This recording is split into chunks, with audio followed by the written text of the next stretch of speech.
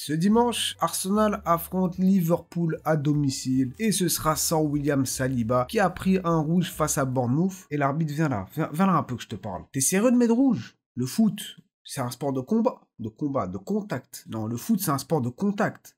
Pas de combat. Mais non, dernier défenseur de quoi? C'est une légende, cette règle. Regardez le match de Liverpool face à Chelsea, il a pas hésité avec son jaune. Hein. S'il y a rouge, c'est pour trop ça et ça passe toute vieille. Là. Regardez, à quel moment tu te dis je vais faire ça?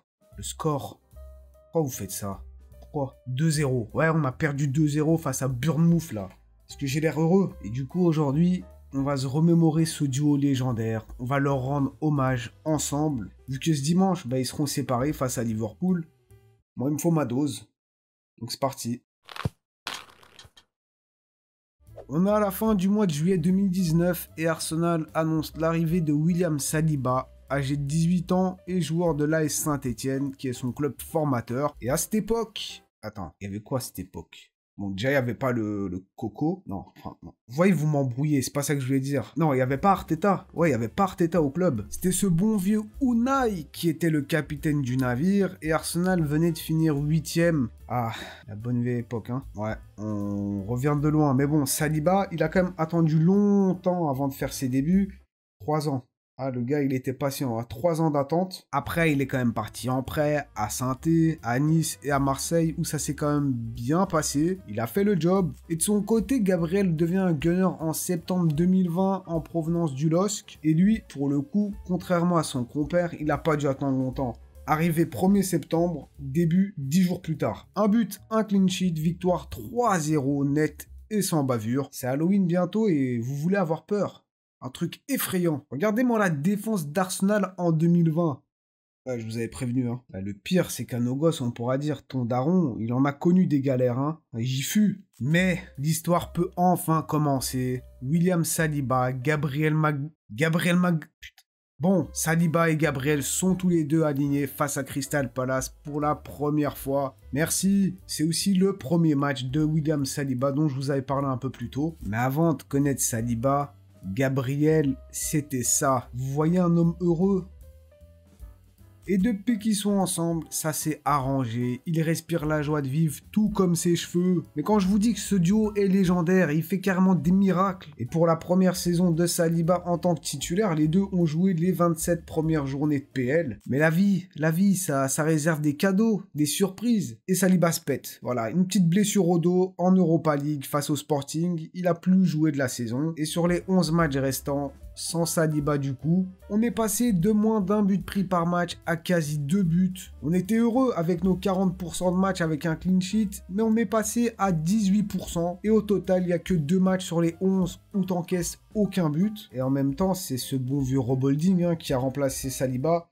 Bon, on respecte le monsieur, mais je pense qu'il y a une raison s'il n'est plus là. Et la saison dernière, Mikel Arteta, notre petit Mikel, a vu la lumière divine pendant qu'il dormait. Mon petit Ben White, je vais te replacer au centre, aux côtés de Saliba. Parfait, tu vas devenir un latéral droit, mais en réalité, on va jouer à 3 défenseurs et toi, du coup, tu vas aller au milieu de terrain. Et toi, Gabriel, va t'asseoir. Hein, va t'asseoir. Repose-toi. 3 matchs. Ça a duré 3 matchs. Et de mémoire, c'était moche. C'était poussif, mais oh là là. Alors, Arsenal avait fait 2 victoires et un nul.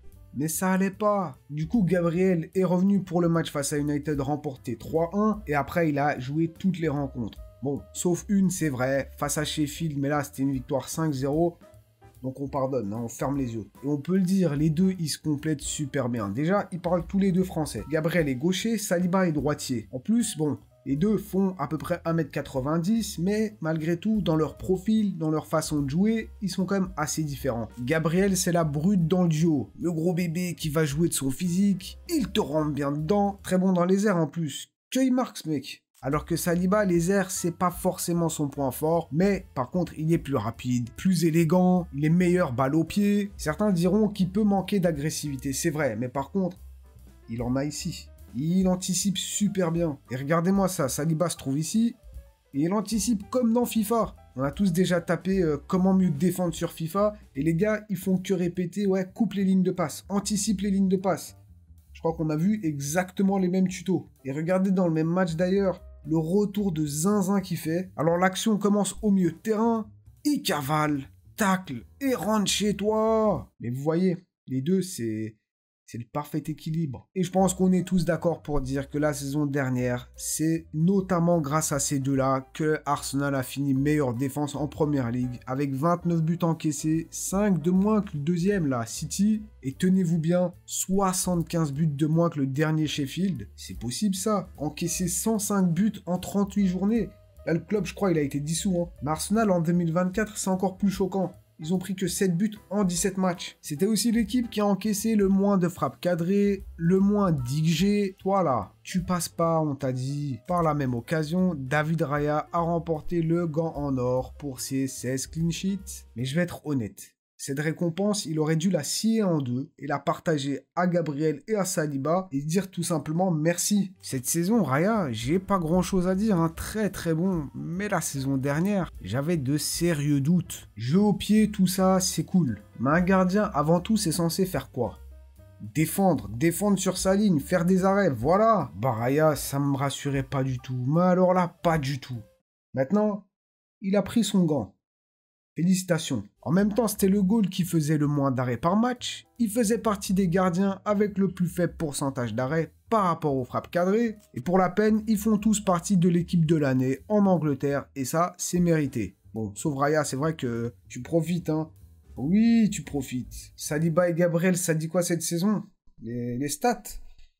Non, je les ai pas oubliés, hein, mais on a plus le temps, en fait. On a plus le temps de trop parler de cette saison et tout. Faut rendre l'antenne. Mais donc, rendez-vous ce dimanche, Arsenal-Liverpool, sans Saliba. En plus, Liverpool, on en a parlé récemment, la vie sans Klopp, le renouveau des Reds. N'hésitez pas à aller voir ça. Ils sont actuellement premiers en plus. Ils viennent de battre Chelsea. Ça va vraiment pas être facile. Surtout qu'Odegaard est toujours pas là. Saka, on sait pas. La surprise du chef, peut-être qu'il sera là, peut-être qu'il sera pas là.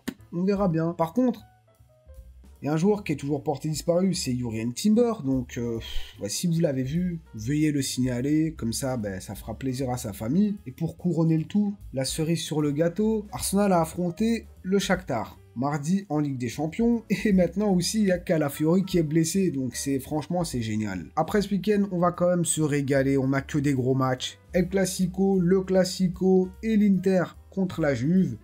J'en ai raté peut-être d'autres, mais bon, c'est déjà pas mal. En tout cas, j'espère que ça vous a plu, que vous avez passé un bon moment. Évidemment, n'hésitez pas à partager votre prono, vos prédictions pour ce match Arsenal-Liverpool. On va voir qui est chaud. Et comme d'habitude, n'oubliez pas le petit triplé, like, commentaire et abonnez-vous si ce n'est pas encore fait. Tout ça, c'est grâce à vous, hein, comme d'habitude. Donc, je vous remercie. Et je vais aller pleurer.